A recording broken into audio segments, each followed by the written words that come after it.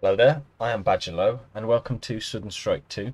Today I will be presenting all of the infantry within the game on my little test map and showcasing their weapons, skills, exploits and showing you how to best utilise them in combat. First of all, we'll start with the Submachine Gunners. Now these are often considered one of the poorest units in the game due to their short range. However, they're actually one of the most effective. First of all, you can destroy trees, which then increases your line of sight, so that's perfect. Another reason being they can just destroy any APC or disable it. One grenade is usually enough to disable it.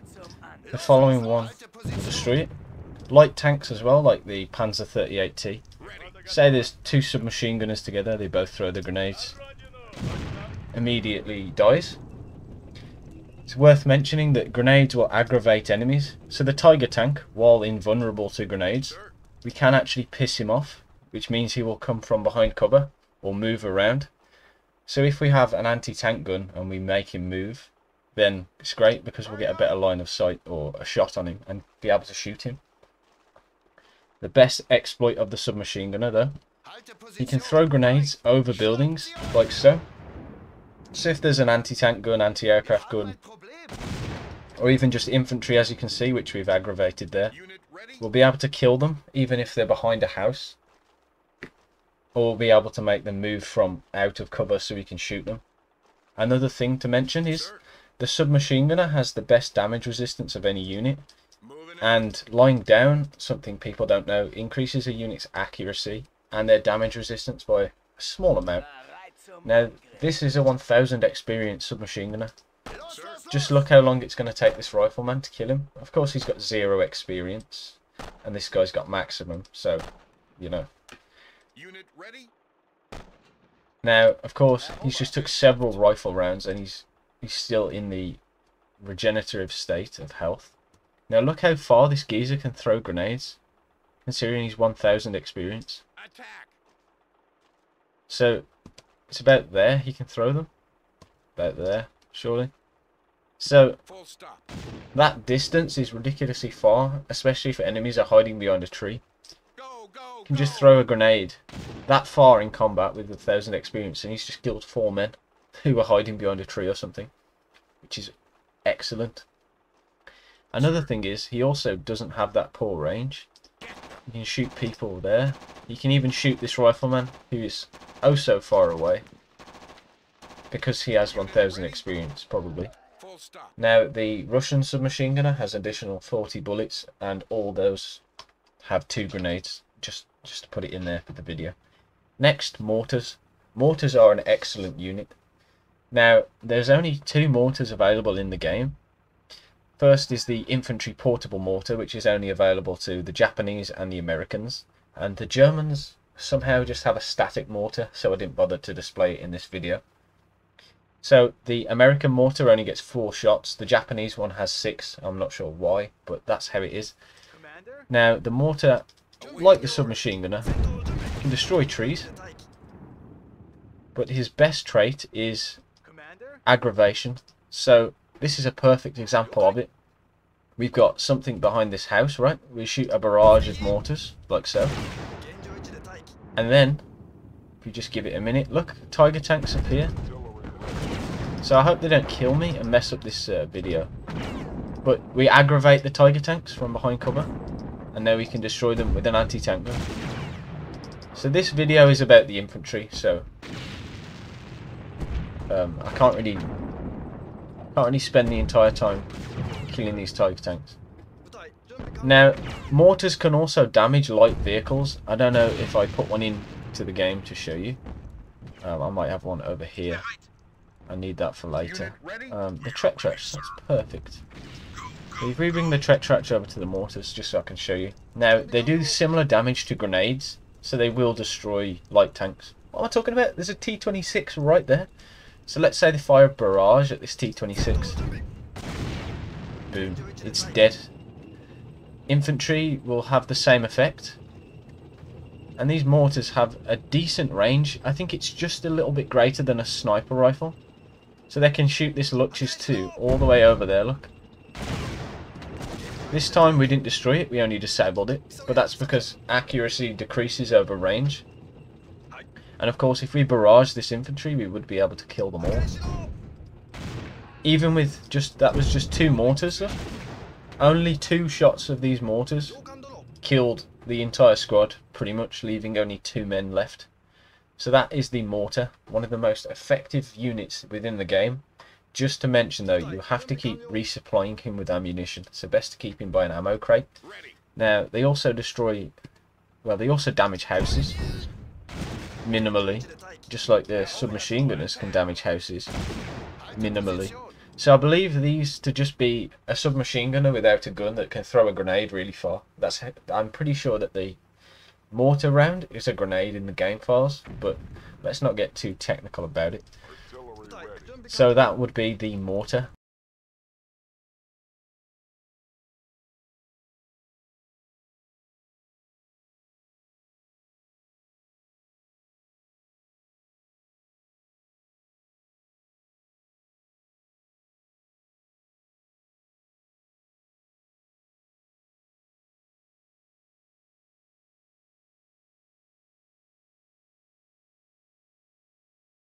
So that would be the mortar. Moving on, we have the Rifleman. Now, there's not really much to say about the Rifleman. He doesn't have a secondary weapon.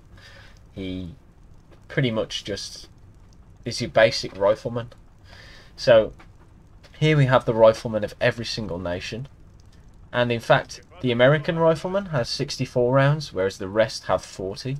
Now, fire rate wise, the M1 Garand allows the Americans to fire faster. So if we have a competition here, you'll notice that the Japanese Riflemen, for some reason, and the American Riflemen fire slightly before the others.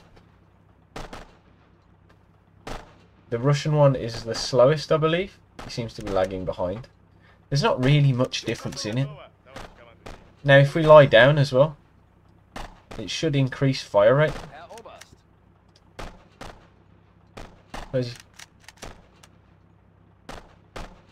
But sometimes they don't fire at all, so I'm not really sure if those statistics add up. Now here we have some 0 experience riflemen. As you can see, you can't really kill a flak 88 frontally. Obviously, we know you can kill them from the side. But a thing to point out is 0 experience riflemen don't seem to do anything. 1000 experience riflemen can damage the crew frontally with no issue. Another thing is, if we lie 2 riflemen down, look, and then target these guys, they are more accurate than if we were just standing up. Or are they? I don't know. According to the game's manual, lying down increases accuracy. I'm not really sure whether it does much. As well, you can clear maintenance vehicles, as you saw there. But there's not really much deviation in the Rifleman. That's it. There's not really much to talk about. It's your standard issue infantry killer. It's best to keep squads of them near the front line to disperse of enemy attacks. Now we move on to one of the most interesting, perhaps will be the most talked about unit in this video, the anti-tank rifle. Now there's 4 different types of anti-tank rifle. The PTRD for the Soviets, the Panzerbrucher 39 for the Germans, the Japanese, I don't think they even had one, and the French with the Swiss Oerlikon, if I'm saying that right, which is a 20mm rifle. Now the French only get 40 rounds and they don't get anti-tank mines, so I don't know why. The others each have anti-tank mines. Now I can display their effectiveness on these tanks I place here. Now the anti-tank rifle also has another purpose. He can shoot trees, and he's the best unit in the game for killing trees, because he essentially just has a rifle which allows him to just keep cutting these down, as you see. Now the reason that's effective is because he can do it at range. Unlike the bazooka as well, he can defend himself from infantry. And as you saw there, look, it damaged the men standing next to him without any fire damage. So it does a little bit of splash damage, and it pretty much just one-shotted this rifleman. Now onto tanks. If we shoot a tank in the back, it does about 10 damage, but then the aftermath, the fire that it creates will kill the crew slowly. So if we shoot 3 of these guys at this tank, it will die. If it would have ignited a fire. No fire? So it does really low damage to tanks. I mean, you can destroy and disable tanks without even the fire effect. Frontally it does. Frontally, as you can see, it's doing 0 damage until the fire arrives. So frontally it's useless without the fire damage. You can see Tiger tank, no damage. Fire starts, it starts taking damage. So if, say you had somehow by 12 anti-tank riflemen, you would absolutely shred a Tiger tank. As you can see, the crew start taking fire damage.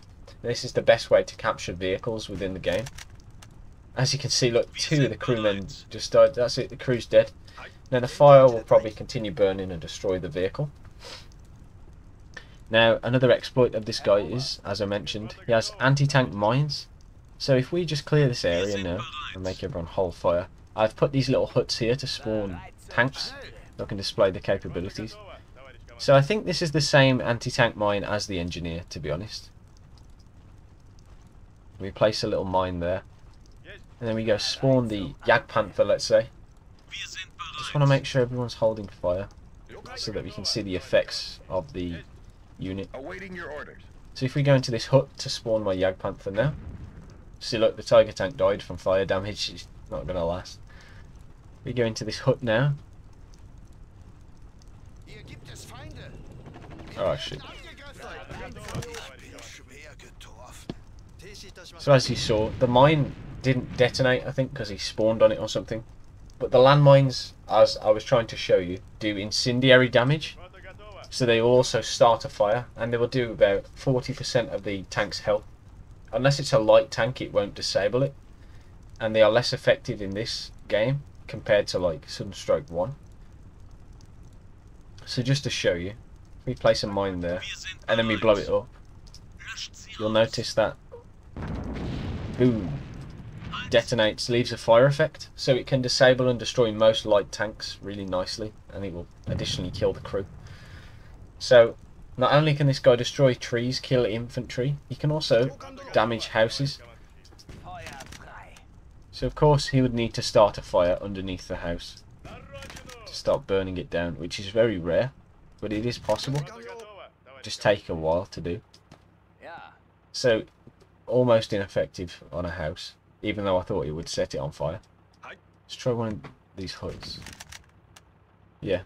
However, what you can do, and this is a trick and exploit, you shoot next to the house, it will start a fire there. Or it should. I'm not sure why it won't. Unless it's only able to start a fire upon hitting armour. Something I just found out right now by testing. Yeah, so apparently you can only activate that. So, here we have a Jeep. Now, these guys can enter a Jeep, right? Oh no, you can't fire an anti-tank rifle from a Jeep. Actually, yes you can. You just need to put a unit like a Rifleman in there, or a Submachine Gunner. Because these guys aren't allowed to shoot from Jeeps, but if it overlaps with a Rifleman who can shoot, watch what happens. As you can see, the Rifleman is firing. But so are the anti-tank Riflemen. Now this is most effective because obviously you can just do this. And you can just drive around. Now another trick is, say we want to get the rate of fire up, just to keep aggravating the enemy. You put that guy in there now, he can fire. Now if we send everyone to shoot at the Tiger tank, one anti-tank rifle will fire, and then a little bit later another anti-tank rifle will fire, instead of them both firing at the same point, so they can keep creating fires while the tank moves around. So if we move the Tiger tank around, look, everywhere he goes, it's going to keep creating a fire. And of course, if the Tiger tank wants to see us, bye bye, we're gone. Now, the literal brother unit to this, the, oh, not the flamethrower, the rocket launcher. Now there's two rocket launchers in the game. No, three, yeah, three, sorry. There's just one Piat rifleman there, couldn't see.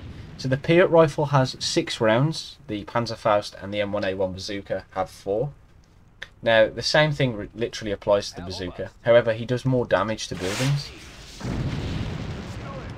So obviously, within a few shots, you could crumble this apartment block. Of course, he can defend himself against infantry, but is less effective. However, he has a saturation effect.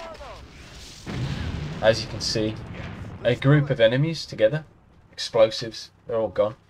Now, the rocket launcher is the most effective weapon when an enemy is stationary. So let's say this T-34, we shoot it in the back. Boom, disabled in one shot. Now, the fire is going to aggravate the IS-2, but that doesn't matter. Frontally it will be disabled. Heavy tanks are a little bit different. So, the IS-2, 50% health, not disabled. The fire should disable it though. Yep, there you go. Just caught it. Now, this will be awkward because he's literally in the way of our ammunition. If we shoot the IS-2 frontally, as you can see, it did no damage whatsoever. We shoot the King Tiger frontally,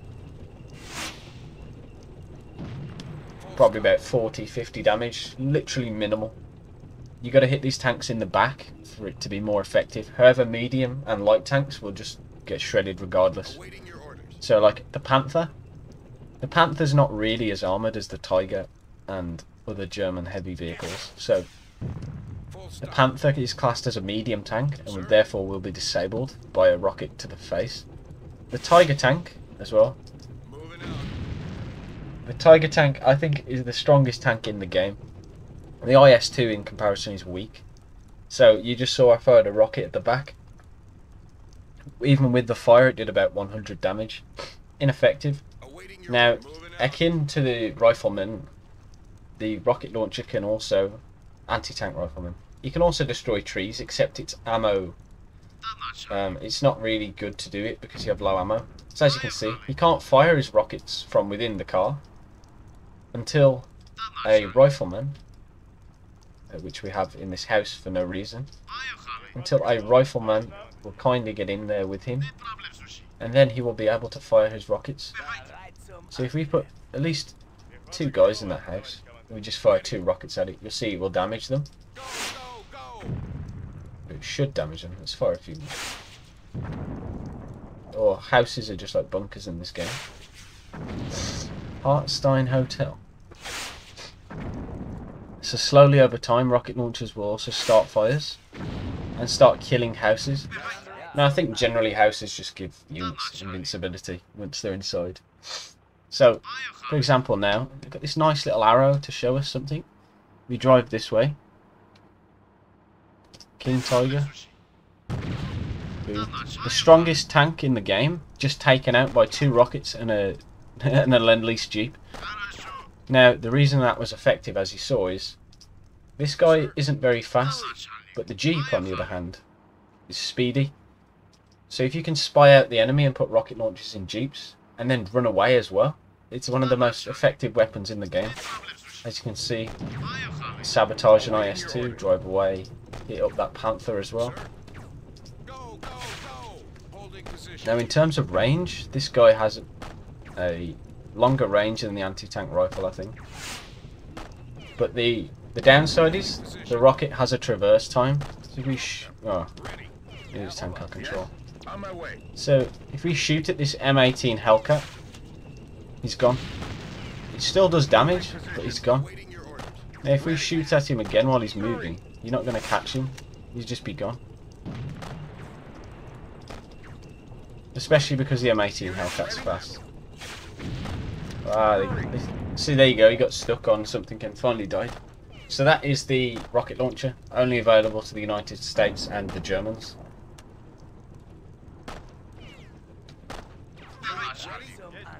The Jeep's still chasing that Panther down to the point where it's drove over to a different area. So the Flamethrower then. The Flamethrower is only available to German troops, despite the fact the Soviets had the ROX Flamethrower, and everyone knows the American M2 Flamethrower. Now the Flamethrower can destroy buildings. Ridiculously, it's quite an underpowered weapon really. It just starts a fire and that's it. And now it has 8 charges, and essentially it just places fire somewhere on the map. It's the most effective vehicle against tanks. As you can see, this guy's nowhere near the fire, and he's burning himself. So here's the British Comet. But upon being hit, he would evidently move. Yet it's already too late. He's lost half of his crew. And boom, he's dead. Against the IS-2 as well. It initially does 100 damage when they burst him, as you can see there. So, upon shooting, I think any vehicle, it should do 100 damage straight away. Yep, so shooting any tank does 100 damage to it. And then the fire will do crew damage and slowly whittle down the health. Now these should be effective against buildings, but they're not. Can also destroy trees. They obviously have the shortest range of any unit within the game. They have one other exploit, which I can show you, which is nice. And you can also put these guys in a jeep and quickly try and ambush a tank, except it's better to just use rocket launchers.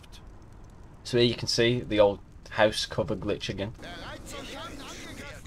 You can start fires behind a house, aggravate tanks, kill infantry. And as you can see, it's a very effective weapon against infantry. It's just you'd never get close enough to use it. We put these lovely little guys in a vehicle. They can shoot on their own. So we just pulled up on this M26 Pershing. That's it. It's dead. You try and drive away. Probably get disabled. Not disabled? No? Anyway. The flamethrower is perhaps, though, one of the most ineffective weapons because the perfect scenario for its use will ultimately never exist. And of course, if you can see a tank with nobody around, you're gonna just shoot it with a tank or an anti-tank weapon instead of trying to risk this flamethrower fantasy. Now, I have placed down here a ISU, I believe. I'm gonna see if we can kill it, just to show its combat effectiveness. So here they come in their Kubelwagen. ISU not paying attention. Now he'll start turning to try and kill us. Or he'll drive away, one of the two. But just 2 shots from this weapon is enough to kill any tank within the game. And that is essentially the Flammenwerfer 41. Over here we have the Kamikaze. Now, from memory, the Kamikaze is a resupply truck. Now let me show you what I mean. This is a Kamikaze blowing himself up. This is a resupply truck being blown up. Come on, man. So as you can see there, it has the exact same explosion as a resupply truck dying. Now, I don't like wasting units, but the Kamikaze was meant for one thing. Now, how on earth could you possibly get close enough to an enemy to actually use this? Well, there's only 2 effective ways. Either you drive up to them with a jeep, you rush them with so many units that you take big losses and the Kamikaze gets in there. I do have a clip on YouTube where that happens. And thirdly, in the Japanese mission, the 4th one, you can hide them in houses and tell them to hold fire, jump out and try and blow yourself up before being shot. And it worked once for me. I'll see if I can record it in future just to display that. Here we have the trusty sniper rifle. Think of the sniper as the rifleman that doesn't miss. Now with a 1000 experienced rifleman, they never miss. 100% damage on any infantry. Even if they were lying down, for example this 1000 experienced rifleman, it should. Oh no, it doesn't. So there's complete proof that standing up they die, lying down with increased damage resistance, as you just saw, they don't die. Now, I placed a general here so I can show you how effective they are against infantry. So we have 0 experienced snipers. These guys have less range, look. These guys can shoot them. I think they actually didn't. He actually missed. These guys have to get a bit closer. So the 0 experienced guy hits. No, nice. So it's very rare that they miss a shot. That was just a complete 1 in a million chance. Now, the binoculars of the sniper are really poor. If we were an officer, we would have seen this from a mile away. Now, the regular rifleman, the Zero XP Riflemen. Usually can't kill the crew of a Flak 88 very well frontally. The sniper, in comparison, misses again. What is this guy doing? So an effective strategy as well with a sniper is binoculars, shoot someone back on the binoculars. For some reason this guy doesn't want to hit them. There you go. Then back on the binoculars, vision, shoot them. Back on the binoculars. I don't know why he's missing so much. Now if, for example, we lie down, it will increase his accuracy to the point where he won't miss. So let's spy out this Flak 88 here. Then we tell our lying down man to shoot them. He shouldn't miss. Shouldn't. There you go. 1 kill. And 2 kills. So lying down increases accuracy, something I should have mentioned sooner in displaying this unit. Now again, the strategy, aim with binoculars, shoot them back on with binoculars. If you have 2 snipers working in a team, then one will be lying down, one will be using the binoculars. There is some enemy infantry over there. I was going to showcase how quickly the snipers kill them, but the general's dead. Just to mention again though, sniper, use our binoculars. Well, this trick I wanted to show you because I was actually manually selecting the target. Oh, they got an officer there. See, we lie down, they can't see us because increase. See? So if you have the unit lying down, this is a trick I forgot to mention, it just came back to me. If you have the sniper lying down, go to the binoculars. The second you cancel, he will lie down and immediately shoot the target. Now this is great because he has increased damage resistance, increased accuracy, and the enemy can't see me because I have lower visibility. So, again, goes to lying down, increases accuracy, shoots, takes out the target. Again, bang. Again, bang. Again, bang. That's the best way of clearing enemies at range with the sniper rifle. Now, there is actually one more trick. Someone commented on a YouTube video, why don't I press B on the tanks? And this is one of the reasons why. So here we got our tank driving along. There's a 1000 experienced enemy sniper. And as you see, the crewman inside completely wiped out. Go again. They will always kill the crewman on top of the tank because the tank's an easier target to hit. And as you can see by holding B, we are losing the crew. Now, this works in multiplayer against real players who obviously poke out the hatch of the tank. Now, it's more of a defensive strategy to be aware of when facing enemy snipers, that they can kill the crew.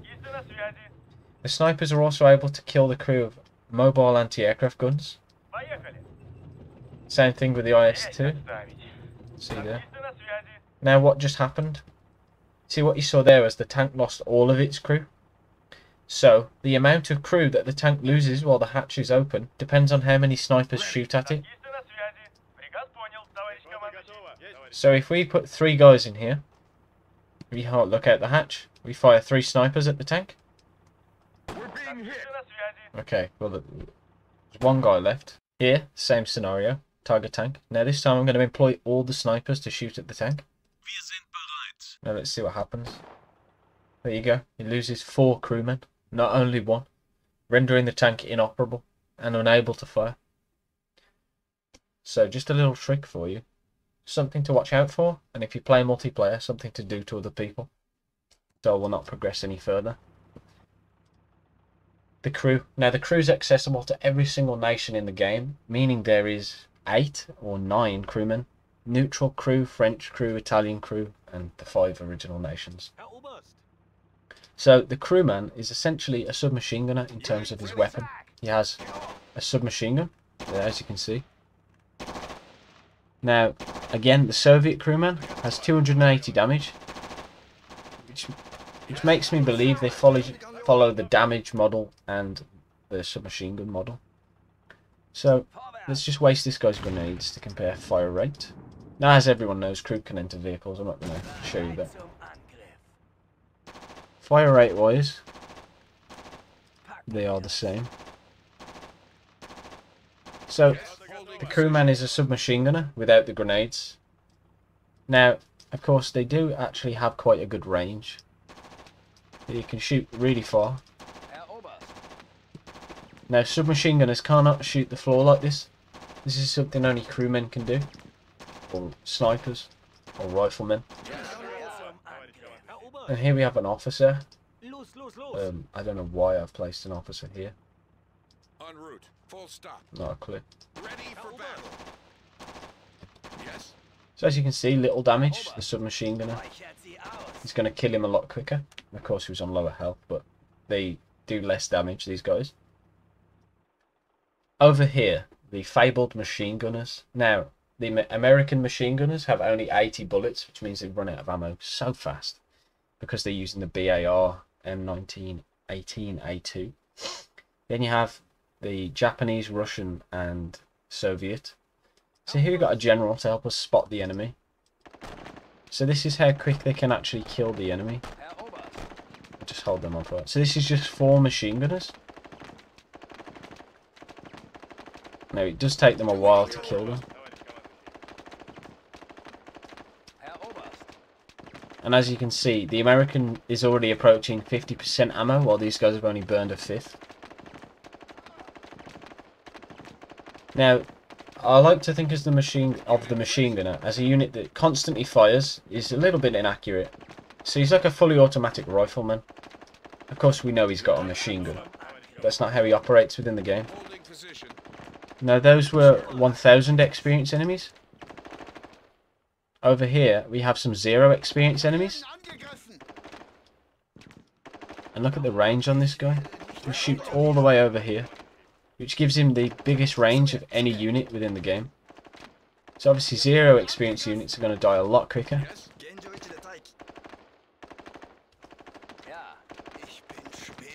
And as you can see now, the American is out of ammo. These guys still have half of their ammunition left. But that's why the BAR was a light machine rifle, and these guys actually have machine guns. So now, another thing to showcase is, in combination with riflemen, they will shred infantry so fast. So in terms of range, look, these guys can shoot this far. The riflemen can shoot just a little bit further, but they pretty much have the same range. Now, another thing is, bunkers allow machine gunners to be insanely effective. We just run these guys over here, just while I show you the rifleman machine gun combo.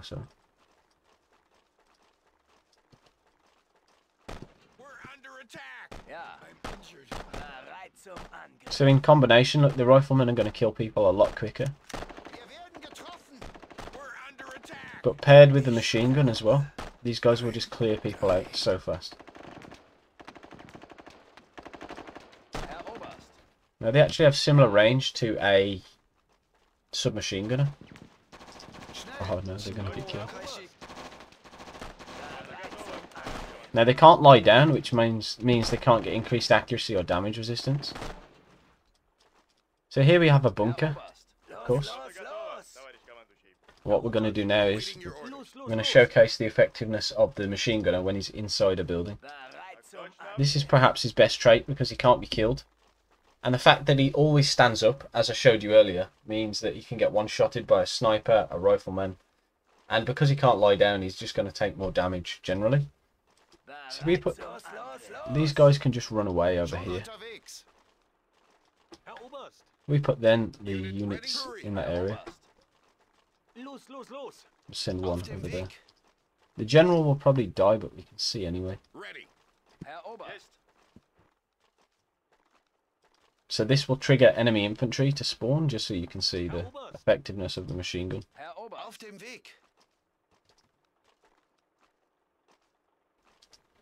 So there you go. So from within the building, we'll hold fire. So from within our bunker, they do much more damage. I'm not sure why, but they are more accurate, they're more powerful. And because of obviously the Soviets, Japanese and German machine gunners having a higher ammunition count, they could sit in a bunker and face down endless amounts of enemies, of course. Auf dem Weg. And now I fear I didn't remove the trigger for this, so it's just going to endlessly occur. I hope not. Ich sterbe. Bereit zum Schnell. Angriff. If so, we have to just send a Sir, tank en there. route. So over here, we'll come back to the general. Officers. Now, officers are just the binoculars. Each officer actually has a different ammo count, accounting for the different pistols, the Nambu, the Tokarev, the Webley revolver, the M1911. The Japanese officer is the only unique officer in the game, because he's the only one with an idle animation of swinging around a wakizashi, or a katana. A wakizashi is essentially a shortened katana. Now, each Japanese officer would carry a sword. British officers also, if they had one from the previous century, could carry a cutlass or a sabre, especially if they were part of a cavalry regiment. But a lot of detail about one little animation. So he did it when I came over here, but now I'm trying to showcase it. He won't do it. But essentially they just wave their sabre about. Now, as you can see, he also stands with his sabre. Ready to attack. So, additionally, the officer can actually kill infantry. Fire at will. It does minimal damage. And if the unit is lying down like so, he literally does nothing to them. Ready to attack. Awaiting Because your of the orders. increased damage resistance, he can't do anything. Now, officers have Let's go. 3 uses. One which I failed to mention because I'm a moron. Officers can increase the experience of a unit. As you can see here, this guy went from having acting under 647 to acting as if he has 970. Yes. This anti-tank gun now is acting as if it has 700. Changing direction. Unit ready. Ready And to if we get a attack. bit closer, the tank will also have its XP increased. En route. Now if you put an officer inside the tank, it will Unit also ready. increase its accuracy. Sir. Now, officers are the weakest unit. Apart from the general, they're the weakest unit in the game. They do actually have decent range, look, with their pistol. Жду дальнейших указаний, товарищ командующий. Commander? Yes, Sir. sir. But they each as well have different firing animations, I think. So, they can defend themselves if needed, Bereit zum Angriff. but they are Unit ready. unable to. Now, as you can see, the officer enters the tank. It gains a little bit of experience. He's Hurry. outside the tank. Sir. Awaiting your orders. The tank will have more experience just from his aura of increasing experience. Now, the officer can actually do one more thing, which I did not show. Bereit zum Angriff. We'll send a little jeep to pick him up, and I can show you. It's something that not a lot of people know about, for some weird reason. Now, while we wait for the jeep, this is the Commando. Now, through script, the Commando can, well, any unit can do this. In the script, it will say ammunition of unit in group A1 is 0 or something. So once you fire the flare gun, it can trigger planes, reinforcements, anything that normal script can trigger. So as you can see, this guy's a flare gun. I didn't script in anything to happen, although it could if you scripted the mission, but normally nothing will happen. So the flare gun is just a visual comedy. Oh, some submachine gunner. And he also has an offensive weapon that is near utter useless. He has throwing knives. Now, Herr Oberst. unless you are ridiculously close, he will not be able to kill you with them.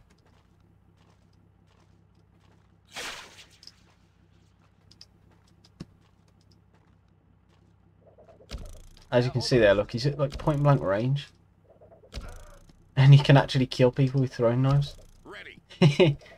It makes a funny little spinning sound. However, the range is so short that it's literally impossible to kill someone with this weapon. We take the officers then. Take the officers. I'm going to take the officers to these units over here. Excellent. So that's the Commando, and that's the officers. I don't think there's anything else I need to point out with the officers. Other than this little exploit. Now, they can convert neutral units to your side. For some reason, I speak to a lot of people regarding this game, and they somehow don't know. So in the Soviet third mission, or let's say the... can't remember from memory. Nearly got killed there. From memory, I can't remember, but they convert neutral units to your side if they are within the mission. So here, we'll drive up to these guys, and by standing right next to them, we can convert them to our side. Now, it does mention this in the Sunstrike 2 manual, of course. And in fact, I only figured this out when I just had an officer running by one. So there you go, look, we converted these guys to our team. Now, in reverse, a neutral officer can convert your units to being neutral, the same way that you can convert them to being part of the player. So, something to think about. Now, we've covered almost all the units now, just a few remaining. The General. Now, as you can see, the General has one hell of a line of sight. His cone of vision is, well, let's see how far you can actually see. His cone of vision is massive. Now, if we compare that to an officer, you can see literally nothing in comparison. Now, the General also has a pistol to defend himself, except you do not want this guy near the front line. Same thing as the officer, he can convert units to your side. Generals, I don't think they can drive vehicles, and that's generals in general. That's all I have to say. Pilots, now the pilots belong to all 5 of the original factions, and they essentially have a pistol, making them an officer really. With 1000 experience, for some reason, they have this range. Right, that is insane range. So they can essentially kill this rifleman from all the way over here. Now, in comparison, the officer, even with 1000 experience, can shoot that far. So the pilots really are just used to fly planes. If they have IXP, you can use them to occupy anti-tank guns. Granted, you have an excess of them, like in USA Mission 7 or 5. Right, now here we have the medics. Now the medics have a slow rate of fire compared to a rifleman, just to show you. Oh no, they have the same. So in the manual, the game says the medics have a slow rate of fire. Apparently they don't. Now the medic should do less damage, I think.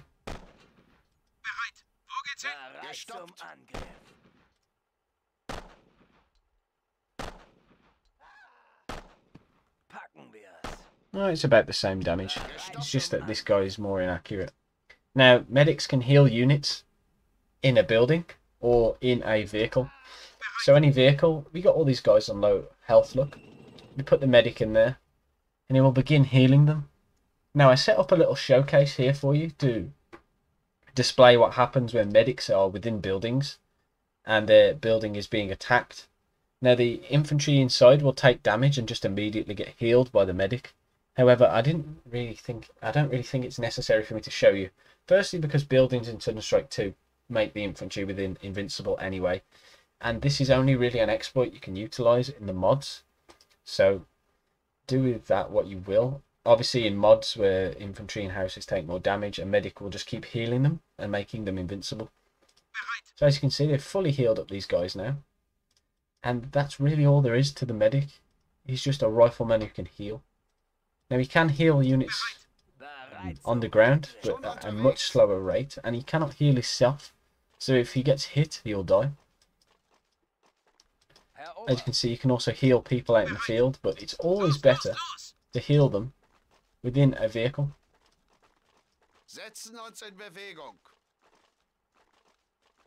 Another exploit to mention is if a unit is about to die and they're on low health, entering a tank, jeep, truck or house will get them inside and are on 1 health.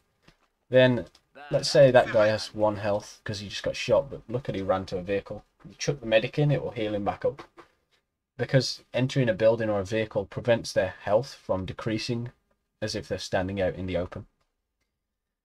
Now the engineers essentially are the same as the medic. They have a rifle. They can defend themselves really well. Now, they can lay anti-tank mines, as we will put here. They can lay anti-infantry mines, as we will lay here. And they can lay delayed action mines. So, the delayed action mine is essentially a resupply truck blowing itself up.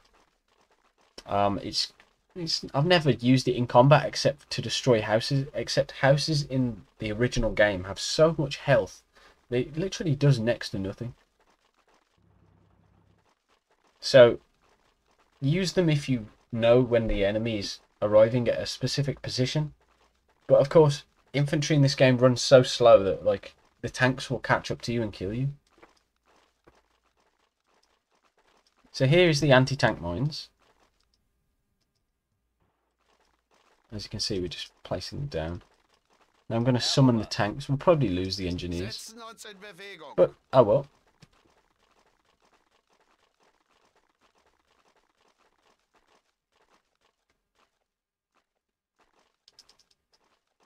We have some more anyway. So there's the delayed action mine. It acts like a resupply truck. Puts fire everywhere and will grind the infantry. So here we have several different tanks. As you can see, light tanks immediately die. Heavy tanks just tank them, the mines, as if nothing's going on. Now the mines do fire damage.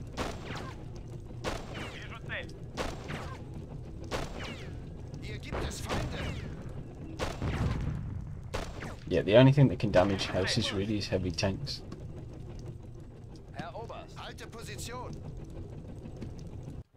I'll just increase the game speed because I don't want to wait for these slow coaches to run away. I think that we showcased every single infantry, just to mention again. So again, here, we'll take some more mines. We'll lay some anti-personnel mines over that area, and we'll see the effect on infantry. Now, I don't use anti-personnel mines because, you know, honestly, I just shred the infantry with the infantry. However, these are effective. The only problem being, I think, it's either this game or other mods. You can go over your own anti-infantry mines and kill yourself. So that's something to watch out for. I don't think there's any unit I missed out or skipped. Doesn't seem so. No, we've covered every single unit. We're just waiting for the effects of anti-infantry mines.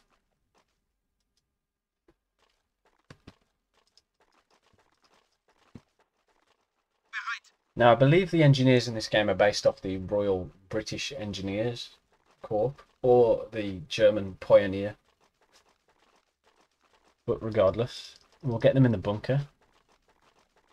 So they have 64 rounds, which means that the engineer has more rifle rounds than a rifleman, part the American one. And for the medic also has 64 rounds, meaning that the engineer and medic have more ammunition than a regular rifleman. However, because they're valuable units, you don't want to risk wasting them. So let's see now the effect of anti-infantry mines.